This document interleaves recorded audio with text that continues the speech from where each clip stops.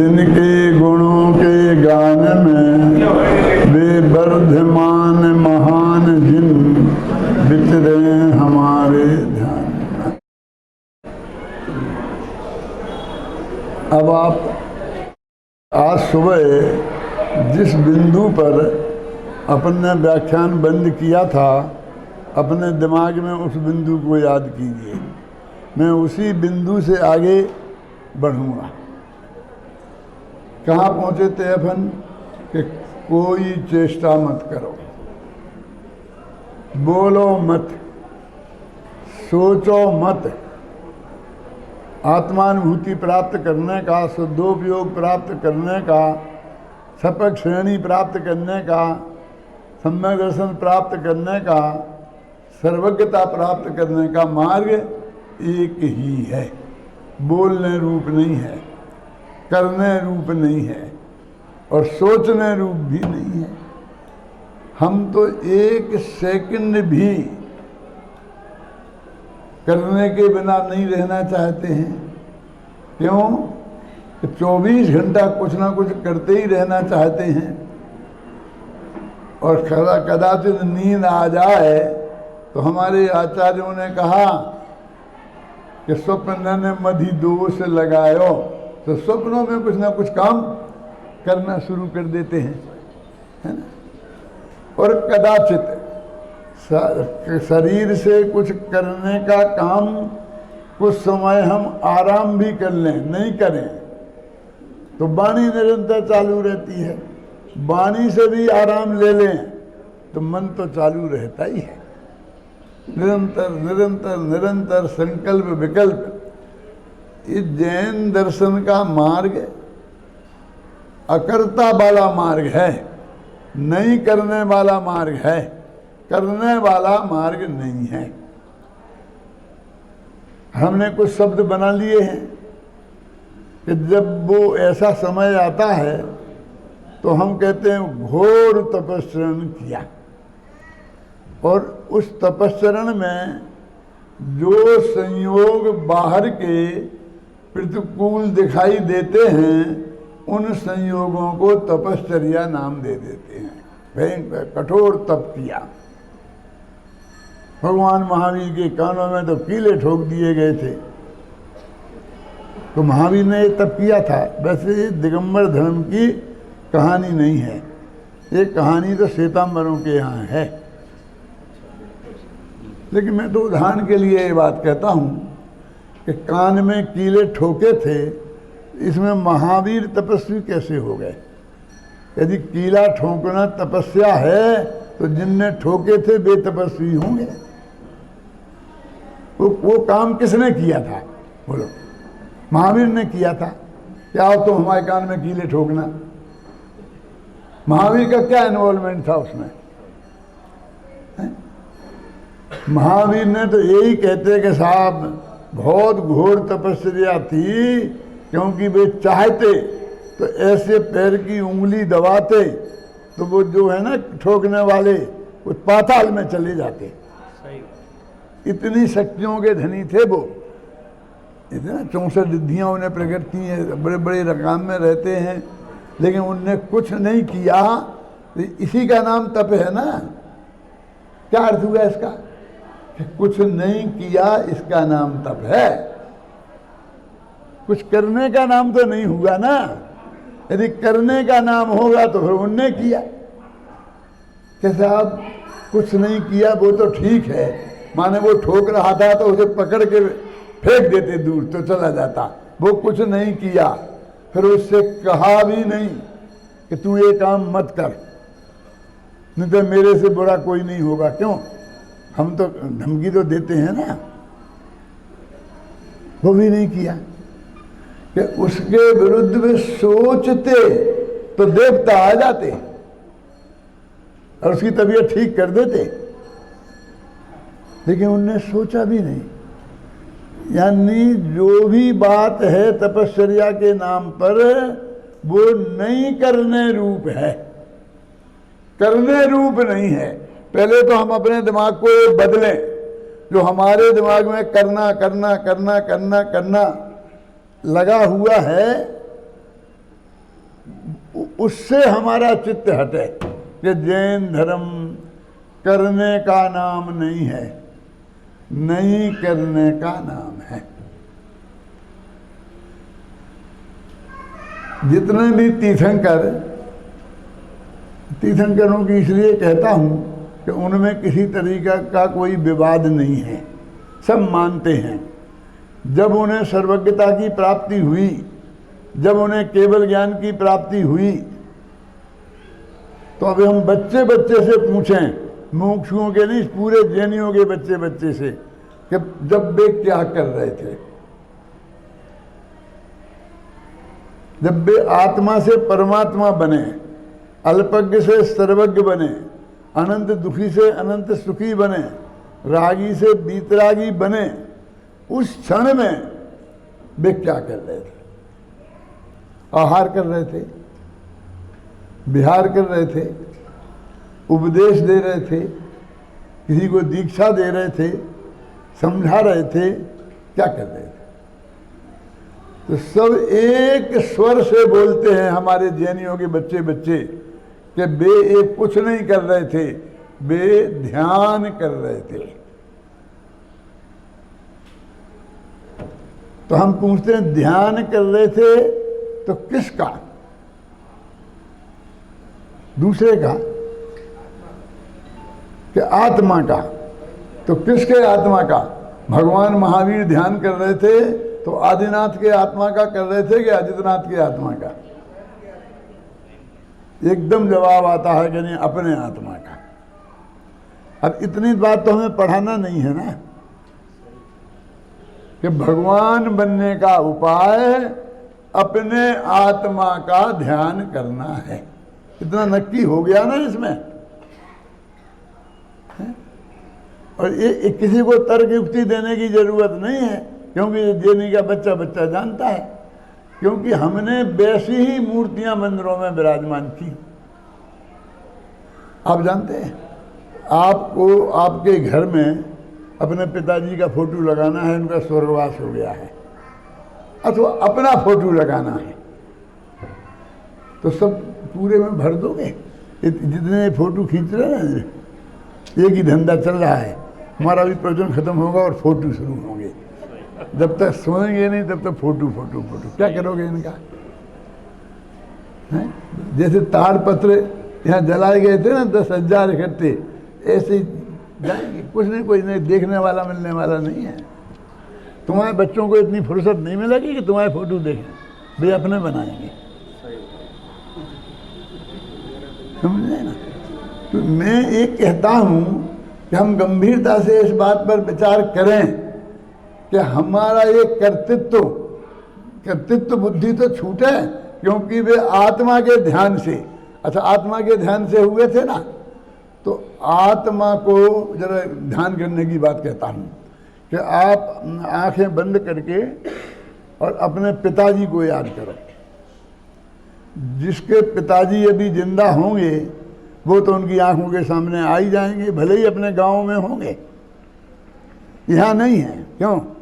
लेकिन आंखें बंद करोगे तो आंखों के सामने आ जाएंगे ना। लेकिन जिनके पिताजी का स्वर्गवास हो गया होगा, उनके भी पिताजी आंखों के सामने आ जाते हैं, हमारे भी आ जाते हैं, आ जाते हैं ना। अब जरा अपने पिताजी के पिताजी के पिताजी के पिताजी के पिताजी का करो, चलो थोड़ा माथा लगाओ। नहीं आ रहे, क्यों? हमने उन्हें देखा ही नहीं है, हम उन्हें जानते ही नहीं हैं। वे कैसे थे तो हम कैसे याद करें? तो जिनको के दर्शन होते हैं उनका स्मरण होता है, जिनका ज्ञान होता है उनका ध्यान होता है। तो हमें अपने आत्मा का ध्यान करना है ना, तो उसके पहले अपने आत्मा को जानना पड़ेगा कि नहीं? क्यों? फिर हम तो जानते हैं कि क्या जानते हो कि आत्मा 3 तरह के होते हैं। गए तुम काम से, बहिरात्मा, अंतरात्मा, परमात्मा, इनसे काम नहीं चलेगा। ये तीनों पर के भेद हैं, ध्यान से सुनना, बहिरात्मा माने बाहर है दृष्टि जिनकी, वे तो स्पष्ट हो ही गए मिथ्या दृष्टि।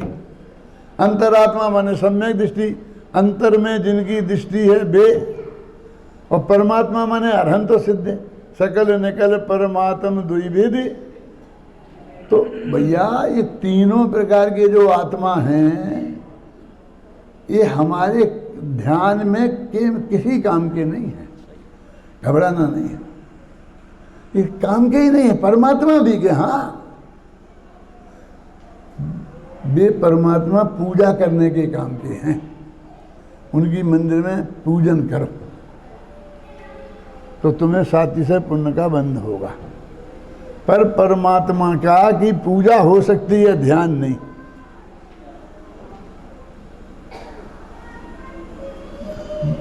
तो बहिरात्माओं का क्या करें? हमारे आचार्यों ने तो आलू में अनंत जीव हैं, शकरकंदी में अनंत जीव हैं, ये सब बताया। इतने आत्माओं को हम जानते हैं, आलू में अनंत जीव हैं, ये आप जानते कि नहीं जानते? आपने देखे हैं? ये भाई साहब कह रहे नहीं देखे, हमने देखे हैं। इस चश्मे से नहीं, जिनवाणी रूपी चश्मे से। शास्त्र में लिखा कि नहीं लिखा? वो सर्वज्ञ की वाणी है कि नहीं है?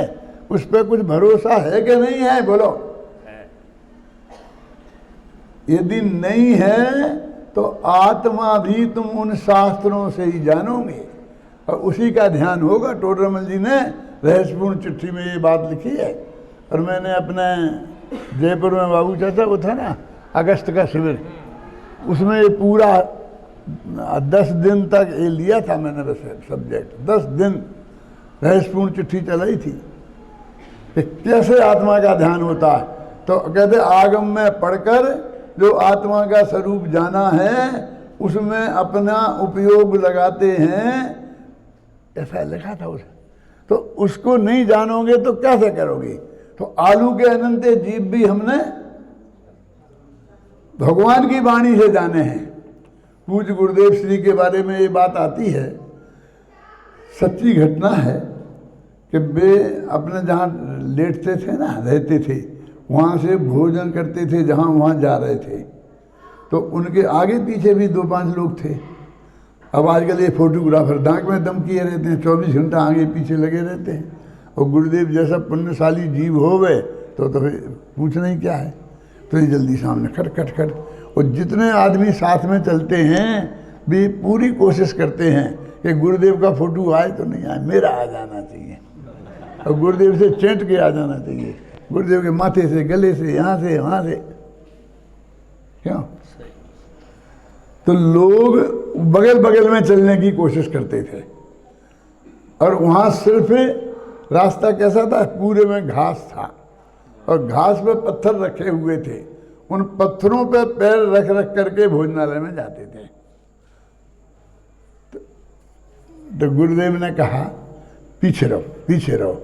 अब गुरुदेव को क्या मालूम कि ये फोटोग्राफर है, ये पीछे नहीं जाएंगे। वे भगाते पीछे और फिर लौट के वो सामने आ जाते। तो उन्होंने कहा तुम्हें मालूम नहीं है ये जो ये नीम की निबोड़ी के पत्ते पड़े रहते थे वहाँ, फूल, नीम के फूल। तो उन्होंने कहा इसमें अनंत निबोधिया जीव हैं, इनमें तुम्हारे पूर्व भव के माँ बाप भी हो सकते हैं और भविष्य के मोक्ष जाने वाले तीर्थंकर परमात्मा भी हो सकते हैं। तुम इन पे पैर मत रखो। तो एक आदमी ने कहा कौने देखे? कौने जोया? सुने, कौने जोया? किसने कहा होगा? नाम नहीं बताऊंगा। किसने कहा होगा बताओ? महावीर किसने कहा होगा? कहते किसी गुजराती ने कहा होगा। हिंदी वाला कहता तो कहते किसने देखे? ये क्यों बोलता कौने जोया? समझ में आया कि नहीं आया? तो इतने गुस्सा में आ गए गुरुदेव, आंखें लाल हो गई और वहीं खड़े हो गए। हमने इतना गुस्से में उन्हें कभी नहीं देखा था, हमने देखा उस दिन। मालूम किस बात पे नाराज हुए? इसलिए नहीं कि तुमने पैर रख दिए उन पर, इसलिए कि तुमने सर्वज्ञ का अपमान किया, क्योंकि हमने तो देखे नहीं है। क्यों देखे? तो सर्वज्ञ भगवान ने है ना। हमने तो उनकी दिव्य ध्वनि में आए, फिर वो शास्त्रों में लिखे गए, अरिहंत भाषयत्तम गणधर देवे ही गुत्थियम सब्बम। हमने तो उन शास्त्रों में देखे। तो तुम ये कह रहे किसने देखे का मतलब है कि बस तुमने ठोक दिया कि इसमें जीव है और मत खाओ। और आलू को कैसे नहीं खाएं? आलू तो सागों का राजा है। मैंने कहा राजा है? हमें नहीं मालूम था। कि तुम क्या जानो? मैंने कहा राजा है। कि हाँ, तो राजा को क्यों खाते हो? प्रजा को खाओ ना। हमने आलू छोड़े, ये सारे अभक्ष पदार्थ छोड़े, तो सर्वज्ञ भगवान पे भरोसा करके छोड़े ना। अब तुम उस पर भरोसा नहीं करोगे तो उसने जो आत्मा का स्वरूप बताया वो तुम्हारी समझ में कैसे आएगा? तुम तो आत्मा को देख नहीं सकते। बहुत क्लियर लिखा टोडरमल जी ने, आत्मा प्रत्यक्ष तो हो नहीं सकता है, वो तो परोक्ष है, जो हमारे मत ज्ञान शुद्ध ज्ञान में आता है। केवल ज्ञान में आता है तो हमारे काम का नहीं है। जब पहले केवल ज्ञानी हो जाएंगे तो फिर हमें क्या जरूरत है? अवधि ज्ञान मन पर ज्ञान में आता नहीं है, अब वो हमें है भी नहीं, तो हमारे मत ज्ञान शुद्ध ज्ञान में ही आएंगे। तो सर्वज्ञ की वाणी ही शरण है, ये जिनवाणी ही परम शरण है। इससे ही हमें उस भगवान आत्मा का ज्ञान करना पड़ेगा। किसका? जो आदिनाथ से लेकर महावीर तक वो आत्मा का ध्यान करने में बैठे थे ना, पर्वत की चोटी पे जाकर, तो वहाँ क्या कर रहे थे? वो उस आत्मा का ध्यान कर रहे थे। ध्यान कर रहे थे, हमारी समझ में नहीं आता। तुम्हें तो हम बताओ, तो सीधी सीधी बताओ कि क्या कर रहे थे। ध्यान तो हमने भी बहुत किया है, आंखें बंद करके बैठ जाते हैं। क्यों?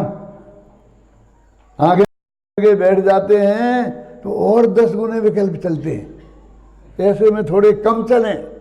और सामायिक करने बैठते हैं तो क्या हालत होती है, हैं? मुफ्त में अमेरिका घूम के आ जाते हैं बिना टिकट। इतने विकल्प जाल चलते हैं कि नहीं चलते हैं? तो वो कहते हैं कि तुम्हें उस आत्मा का ज्ञान होना चाहिए। ध्यान करने के पहले ज्ञान तो है नहीं किसी को। ये तो पूज्य गुरुदेव के प्रताप से हम मुमुक्षुओं को इतना अंदाज लग गया है कि वो त्रिकालीध्रुव भगवान पर से भिन्न, पर्याय से भिन्न, गुण भेद से भी भिन्न होता है। क्योंकि हम ज्ञानानंद स्वामी पढ़ने लग गए हैं। राग रंग से भिन्न, भेद से भी मैं भिन्न निराला हूँ, मैं ऐसा तत्व हूँ। तो मोटी मोटी भाषा में हमारी में आ गया है, भाव में नहीं आया। जरा सोचो, ये अकर्तापन अपनी भाषा में तो आ गया है। एक देव दूसरे देव का करता नहीं है। ये अब भी हल बता देंगे, ये बाई रोटी नहीं बनाती है, आज तक किसी बाई ने कोई रोटी नहीं बनाई। क्यों? कोई कुछ नहीं करता है। लेकिन वास्तव में कर्तृत्व हमारे दिमाग में से निकला है? कर्तृत्व बुद्धि हमारे दिमाग में से हटी है? नहीं हटी ना। हमें तो ध्यान भी करने रूप चाहिए। वे क्या कह रहे हैं? ध्यान कैसा रूप होता है? ध्यान जानने रूप है, ऐसा लिखा। ज्ञान के रिपीटिशन को ध्यान कहते हैं। पहली दफे जाना तो ज्ञान, और लगातार जानते रहे तो ध्यान। और क्या है? बोलिए आपको क्या करना क्या है? आत्मा को आपने जाना तो उसका नाम ज्ञान, और फिर उसे ही जानते रहे, उसका नाम ध्यान। तो पहली दफे ही नहीं जाना तो रिपीटिशन कैसे आएगा? कैसे हो जाएगा? हमें नहीं हुआ, हमने इतनी कोशिश की। कोशिश तो तुमने रीढ़ की हड्डी में करी, कोशिश तो तुमने नाक की नोक को देखने में करी, तुमने आत्मा को देखने में कोशिश करी ही कहाँ है? एक दफे तो हमारे विकल्पात्मक ज्ञान में उसका जिसमें अपनापन करना है, जिस आत्मा में को अपना जानना है और जिस आत्मा का ध्यान करना है, स्वरूप हमारे विकल्पात्मक ज्ञान में देव गुरु शास्त्र के माध्यम से समझ में आना चाहिए। उसके बिना किसी कीमत पर कोई आत्मा को अनुभव नहीं कर सकता। वो केवल ज्ञान वाला ध्यान तो बहुत दूर की बात है। समझे ना? जो आत्मा का अनुभव करने के लिए कोशिश करी, और हम चाहते हैं ना देह के छूटने के पहले देह से भिन्न भगवान आत्मा हमारे ज्ञान का गेय बन जाए, तो आपने अपने विकल्पात्मक ज्ञान में भी उसका निर्णय किया है क्या? बात भाषा की छोड़ देना। भाषा में तो हमारे एक दूसरे देव का कर्ता नहीं है, और एक सेकंड भी हम कर्तृत्व बुद्धि के बिना जिंदा नहीं रहते हैं। ये करना, ये करना, ये करना, ये करना, करना करना करना करना, समझे ना आपकी में? और ये क्या होने वाला है आप सोचो। इसलिए पहले हमारे विकल्पात्मक ज्ञान में वो निर्णय होना चाहिए, है ना? अपने शास्त्रों में उनके लिए 5 लब्धियाँ कही हैं, मैं उनके विस्तार में नहीं जाऊंगा। इतना ज्ञान प्राप्त होना कि जिससे उस आत्मा को हम समझ सकें, जिनवाणी को समझ सकें, भगवान की दिव्य धुनी के सार को हम समझ सकें, और इतना मंद कसाय होना कि मैंने अपनी अभी एक उसमें लिखी है, छोड़ हजारों काम। काय में लिखा? विनय पाठ में। विनय पाठ में लिखा मैंने 3 लब्धियों का वर्णन किया, क्षयोपम लब्धि, विशुद्धि लब्धि और देशना लब्धि। तो विशुद्धि लब्धि के लिए मैंने एक लिखा है कि और एकमात्र की धुनी है, और छोड़ हजारों काम, हजारों को छोड़, काम छोड़ करके आत्मा के समझने में लगे उपयोग, तो भी विशुद्धि लब्धि समझना।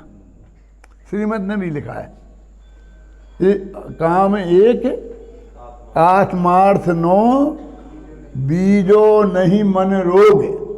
मन में कोई दूसरी बीमारी नहीं है। हमें तो कितनी बीमारियां लग रही, बोलो। काम एक आत्मार्थ 9 बीजो नहीं मन रोग। इसके लिए मैंने अपनी भाषा में लिखा, छोड़ हजारों काम। एक इसमें हमारा उपयोग लगे कि साहब वो आत्मा का अनुभव कैसा होता है, वो रात के 2 बजे से 2:30 बजे तक समझाऊंगा मैं।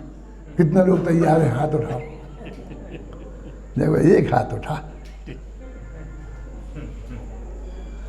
मेरा मतलब ये है कि हमारा तो सुविधापूर्वक समय मिलेगा तो सुन लेंगे। हम कितना हमारा समर्पण उसके प्रति है ना। सही मेरा प्रवचन, आपकी जिनवाणी तो आपके यहाँ रखी है। कभी आपको ऐसा तीव्र विकल्प आया कि मुझे 2 बजे उठ के आप नहीं आया वो समझ में और ये आ गई हो? मैं एक उदाहरण देता हूँ छोटा सा, कि ऐसा तो कई बार हुआ होगा कि रात के 2 बजे तक आपको नींद नहीं आई होगी, और आपकी पत्नी ने आपसे कहा होगा, क्यों सोए नहीं? क्या नींद नहीं आ रही? कि हाँ नहीं आ रही। क्यों नहीं आ रही? घर में 25 वर्ष की बेटी बैठी हो तो नींद कैसे आए? कुंवारी। ऐसा तो हुआ होगा। ऐसा भी हुआ होगा कि सोए कि नहीं सोए, कि क्यों नहीं आ रही नींद? कि शेयर का एकदम भाव डाउन हो गया है। क्यों? इससे तो नींद हराम हुई होगी। एक आध दफे ऐसा हुआ कि जब रात के 2 बजे आपको नींद नहीं आई हो, पत्नी ने पूछा हो कि सोए नहीं? कि नहीं। कि नींद नहीं आ रही? कि क्यों? क्योंकि वो आत्मा ध्यान का ध्येय कैसे बनता है समझ में नहीं आई। हुआ? नहीं हुआ तो आत्मा नहीं बनेगा ध्यान का ध्येय, तो नहीं होगा आत्मा का अनुभव। क्या हमारा समय, हमारा सब, और उसके अनुसार मिले तो हम सब समझने को तैयार हैं। लेकिन नहीं, वो कहते हैं कि हर कीमत पर हमको आत्मा को समझना है। उसका नाम तो विशुद्धि लब्धि है। क्यों? तो ऐसी विशुद्धि लब्धि आए तो फिर वो गुरु की उपदेशना हो, फिर वो शास्त्र को पढ़ो, तो वो भगवान आत्मा जिसका ध्यान करना है वो हमारे विकल्पात्मक ज्ञान में आए। नक्की है पहले विकल्पात्मक ज्ञान में आएगा, फिर वो निर्विकल्पक होगा। कैसे होगा? ऊंची बात कल करूंगा।